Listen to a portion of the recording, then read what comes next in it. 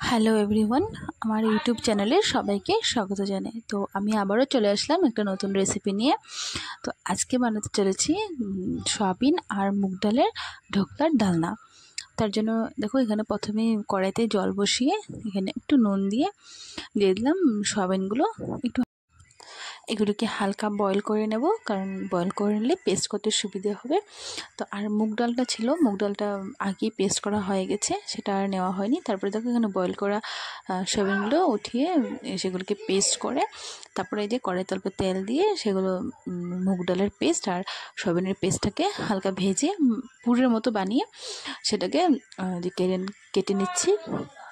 সুন্দর করে বরফি সাইজের কেটে নেওয়া হচ্ছে। তারপরে সেগুলোকে এখান থেকে উঠিয়ে আবারও কড়াইতে তেল দিয়ে সেগুলোকে হালকা করে ভেজে নিতে হবে, উল্টিয়ে পাল্টিয়ে সুন্দর করে ভেজে নিতে হবে। তারপরে দেখো এখানে ভাজাগুলো কমপ্লিট হয়ে গেছে। তারপরে এটা করার জন্য লাগবে এখানে টমেটো নেওয়া হয়েছে, পেঁয়াজ, রসুন আর কাঁচা লঙ্কা, যতটুকু ঝাল খায় সেরকম দিতে পারো। তারপরে এখানে আবারও কড়াইতে তেল দিয়ে সেখানে গোটা গরম মশলা ফোড়নে আর দুটো মতো তেজপাতা দিয়ে ফোড়নে ভালো করে সেটাকে ভেজে কেটে রাখা আলুগুলো দিয়ে তারপরে এখানে যা যা মশলা লাগবে মানে পেঁয়াজ পেস্ট, তারপরে টমেটো পেস্ট আর একটু লঙ্কা গুঁড়ো, হলদি গুঁড়ো, স্বাদ মতো নুন, সেগুলি দিয়ে ভালো করে ভেজে নিতে হবে। এটা আলু ছাড়াও বানানো যায়, আমরা আলু খেতে ভালোবাসি তার জন্য আলু দেওয়া হলো। তারপরে তরকারিটা অল্প ফুটিয়ে আসলে ভেজে রাখা ঢোকলাগুলো সেখানে দিয়ে দেওয়া হলো।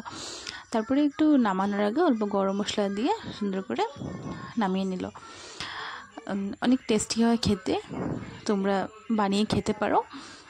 আমরা আলু দিয়েছি, তোমরা আলু না দিয়েও বানাতে পারো, অনেক টেস্টি হয় খেতে। তো আজকের জন্য এতটুকুই, টাটা বাই।